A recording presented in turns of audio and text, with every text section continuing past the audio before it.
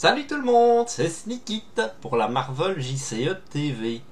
Puisque notre ami Shep vient de finir ses deux premières campagnes de l'ombre du Titan fou avec succès, je vous propose de rattraper son rythme avec le rétro-open de box du prochain héros qu'il devrait jouer, c'est-à-dire Nebula. Donc Nebula, c'est le dernier gardien qui manquait à la collection, avec évidemment le problème lié au gardien, mais c'est clairement pas le pire du lot. Donc pour rappel, elle a 2 d'attaque, 2 de contre, 2 de défense, 9 points de vie, 3 de règle, taille de main de 5 et de 6. C'est un héros excessivement classique. Sa subtilité, c'est de jouer sur les cartes techniques. En alter ego, si vous posez une technique, vous piochez 2 cartes une fois par tour. Rien que ça, c'est super fort. Puisque globalement, les techniques vous coûtent 2 ER. Ils seront remboursés avec potentiellement une amélioration de votre jeu. Et en héros, et ça c'est ce qui embête un peu plus les gens évidemment, réponse forcée, quand votre tour commence, vous résolvez le spécial de toutes les techniques, ensuite vous les défaussez. Donc, on va pouvoir build le personnage, mais pas pour toujours. Donc ce sera à vous d'optimiser vos coups. Par exemple, si vous n'avez pas envie de perdre une technique, vous pouvez aller en alter ego. Vous le comprendrez évidemment très vite, c'est un personnage qui joue excessivement beaucoup sur le flip-flap. D'ailleurs, ici, il avait sorti en jaune, ce qui est plutôt intelligent. Pour moi, c'est un personnage qui est trop sous-estimé. J'ai hâte de voir ce que Shep va en donner, mais il est franchement pas mal. Il a un peu de génération de ressources avec son vaisseau, et évidemment toutes ses postures. Mais ça lui donne pas mal aussi d'effets intéressants, comme la réduction de dégâts, le perçant et tout ça. Donc très situationnel, mais un peu intéressant. Alors, donc comme je l'ai dit, c'est un personnage qui nous vient en justice. Et il amenait franchement du très très lourd. Eros, un allié justice qui coûte 2, qui a 2 points de vie, qui contre à 2, qui a 1 d'attaque. Rien que ça, c'est enfin un allié avec un rapport coût-stat irréprochable. Encore aujourd'hui, j'ai honte de le dire, quand j'ai besoin de slots d'alliés en justice, c'est un des candidats numéro 1. Après, il a une petite réponse, mais c'est franchement pas pour ça qu'on le joue. Si vous payez avec du bleu, vous pouvez désorienter des sbires. Alors, uniquement des sbires, ça m'a déjà servi, mais c'est assez rare. Mais voilà, le rapport coût-stat, en gros, pour 2 ressources, vous allez contrer à 2 et défendre une attaque, voire contrer à 4. C'est très très bon. Le deuxième allié est aussi un allié que j'aime beaucoup, même si maintenant il sort un peu moins à cause de son coût, c'est Race. Race est un allié qui coûte 3, donc c'est déjà cher. Il a 3 d'attaque, mais avec 2 dégâts consécutifs, et 1 de contre. 3 points de vie. Le gros point fort de cet allié, c'est sa réponse. Interruption de héros. Quand une carte boost est retournée face visible, inclinez Race et infligez-lui 1 dégât pour annuler l'effet boost de cette carte. Pour rappel, l'effet boost, c'est la petite étoile sur les cartes traîtrises. C'est sur toutes les cartes de rencontre, pardon. C'est très fort. Évidemment, ça dépend du scénario. Mais je pense que Race, il faut vraiment le voir comme une sorte d'amélioration. Et pas du tout comme un allié. Si vous le posez sur table, c'est pour utiliser ses effets. Alors, il y a des parties où il sera moins utile, et il y a des parties où il sera god tier. Évidemment, contre Ronan, à l'époque, on avait une solution pour se débarrasser de son vieux marteau crapi. C'était déjà très appréciable. Maintenant, vous me direz, personne joue Ronan. C'est vrai. Mais contre Formule Mutagène, par exemple, évitez que tous les sbires vous popent à la tronche, c'est très sympa. Ici, mathématiquement, le bouffon m'attaque, il révèle le soldat bouffon, bim, le soldat bouffon m'engage, maintenant il va directement m'attaquer, plus 5 PV à gérer, plus 1 PV quand il va mourir, plus éventuellement effet de bonus. Ici, pour 1 bête de dégâts sur lui, au revoir le soldat bouffon, et je peux en gérer jusqu'à 3. Autant dire que, si on fait un calcul de rentabilité, gérer 15 dégâts plus cancel tous les effets liés aux attaques, aux contres éventuels, pour 4 R, c'est excessivement fort, évidemment. Alors, l'allié Venom, lui c'est tout le contraire. Donc c'est un gardien, il coûte 4. Il a 3 d'attaque pour 2 dégâts consécutifs, 2 de contre pour 2 dégâts consécutifs et 4 points de vie. Mais il ne prend qu'un dégât consécutif si la manigance principale est vide. Sur le principe, c'est assez sexy, puisque ça nous fait un allié, si on a bien travaillé en justice, qui va facilement taper à 3 ou contrer à 2. Mais c'est un allié qui coûte 4. Et je n'ai jamais caché mon dédain des alliés à ce prix-là. Pour un allié qui coûte 4, il me faut quelque chose de puissant, de conséquent, ou d'avoir envie de jouer sur lui. Ici, c'est pas le cas. On pourra aussi dire que c'est parce que je suis joueur multi. C'est vrai qu'en solo, maintenir la manigance principale vide est beaucoup plus facile qu'en multi, sera aussi donc beaucoup plus rentable. Donc, on va pas aller jusqu'à dire que c'est une mauvaise carte non plus, c'est intéressant, mais moi ce n'est pas quelque chose qui me chauffe. Justice rendue. Donc, jouer cette carte sous le nom de n'importe quel joueur, 1 par joueur, c'est une amélioration qui coûte 1. Réponse de héros. Après avoir contré et retiré la dernière menace d'une manigance, défaussez justice rendue, redressez votre héros. De l'untap, c'est toujours bon à prendre. C'est une carte que j'ai jouée à l'époque. Maintenant, j'ai un peu moins la place pour ça. Mais en vrai, c'est une bonne carte. Déjà, c'est du deck thinning. Vous pouvez vous en débarrasser chez les autres joueurs au besoin, si vraiment vous voulez faire de la place, vous n'avez rien d'autre à faire. Et puis se dégager est toujours une bonne chose. Surtout si vous avez des stats intéressantes. Si vous avez une stats à 3, l'untap, évidemment, ça fait plaisir. Et puis on a eu The Carte.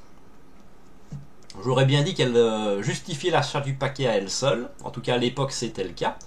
Maintenant, elle a été rééditée au moins dans le Spider Cochon. C'est d'une manière ou d'une autre une carte qui a révolutionné le game. C'est un événement gratuit, maximum 1 par round, heureusement. Action de héros, cherchez une manigance annexe dans le deck de rencontre, révélez cette manigance, piochez 3 cartes. Donc pour une effective ressource, 3 cartes gratos. Encore une fois, plus vous êtes nombreux, plus ça va être compliqué.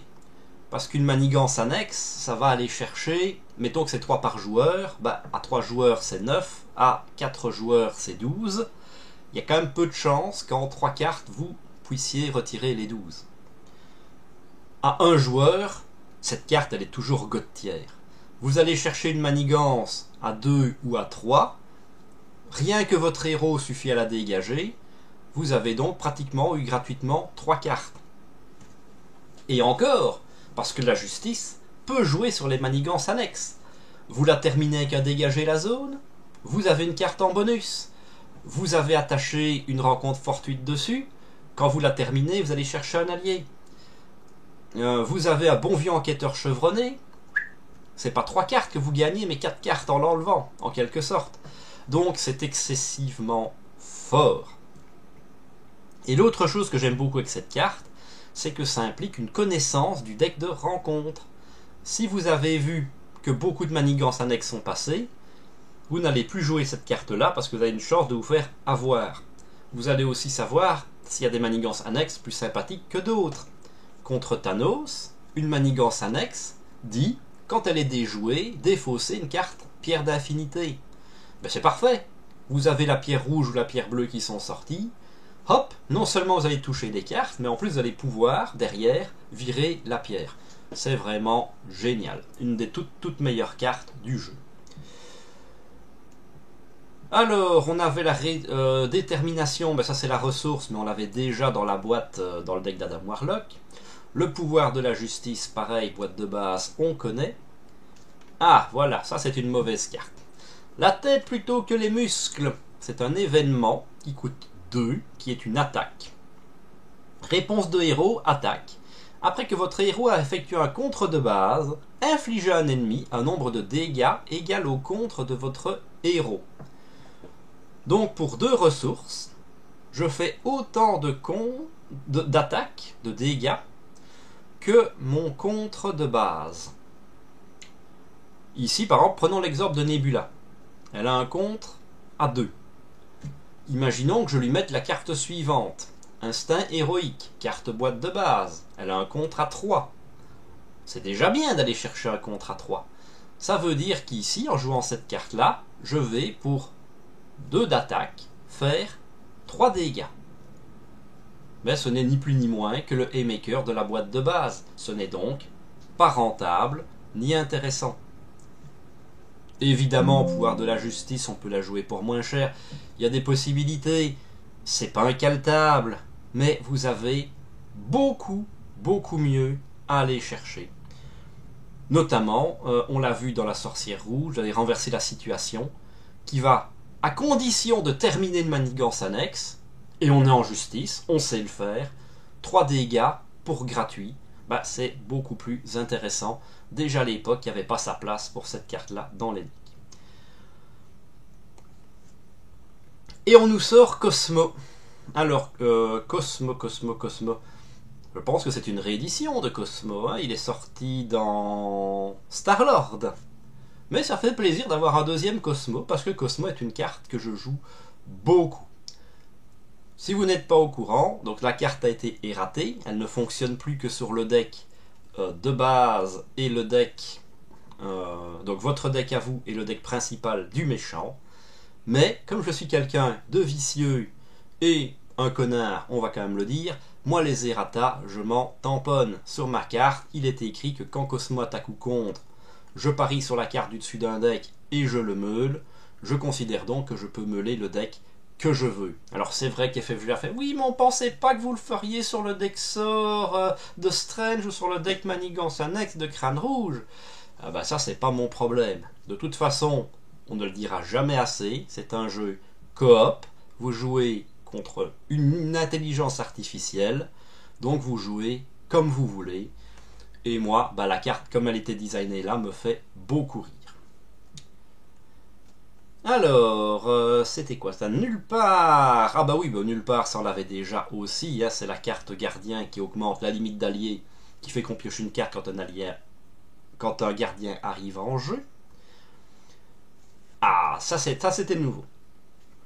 Donc, Fille de Thanos, c'était la carte en équipe qui permettait, donc si vous aviez Gamora et Nebula, pour une ressource, de piocher 3 cartes.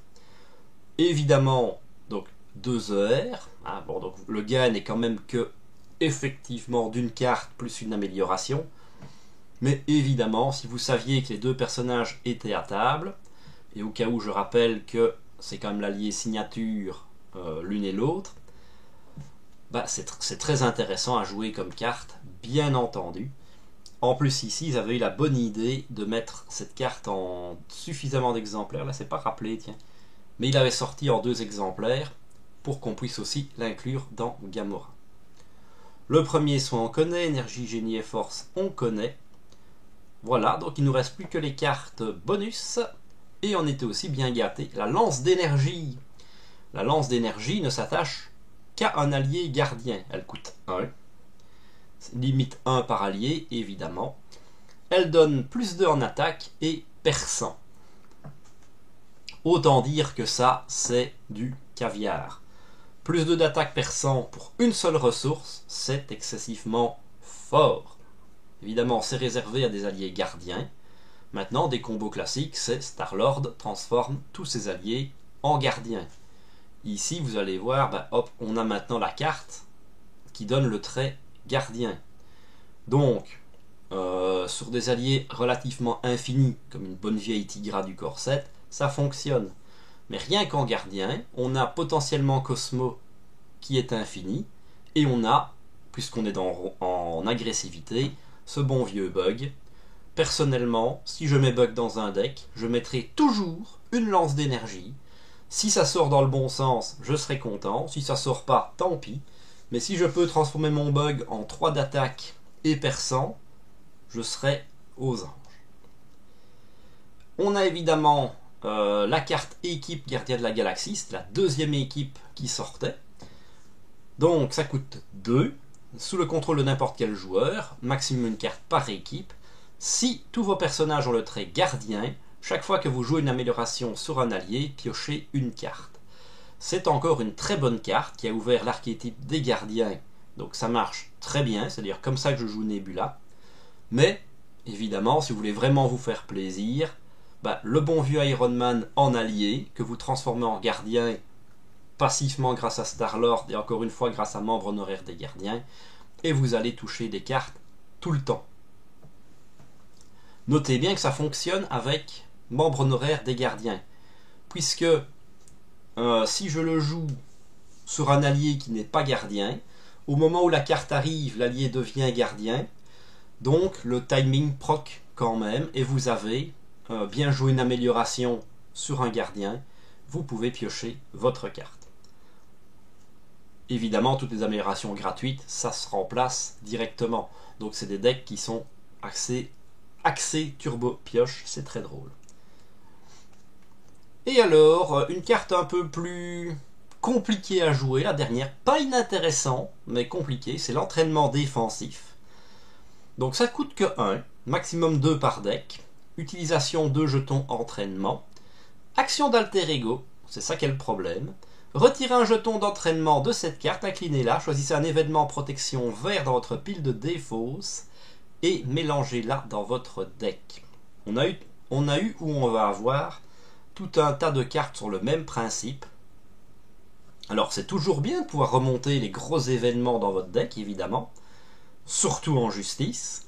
Le problème, c'est qu'en protection, on n'a pas envie d'aller en alter ego. Si on joue protection, c'est pour rester un héros toute la partie. D'ailleurs, la protection, c'est quand même l'aspect qui a le moins facile à contrer, on va dire. Donc, laisser le méchant manigancer ne nous intéresse que peu. Donc, c'est un peu le problème de cette carte-là. Mais si vous avez des plans, évidemment, ça fonctionne, c'est pas mauvais non plus, c'est juste que c'est compliqué. Alors que la jaune, vous avez 200 solutions pour gérer la menace, 50 solutions pour désorienter. Autant dire qu'aller vous faire plaisir en alter ego, là c'est facile. Voilà, c'était une petite review pour vous rafraîchir Nebula, j'espère que la vidéo vous a plu. Si c'est le cas, n'hésitez pas à lâcher le petit pouce bleu, ça fait toujours plaisir. À vous abonner pour ne pas manquer les prochaines vidéos. Et je vous dis à la prochaine!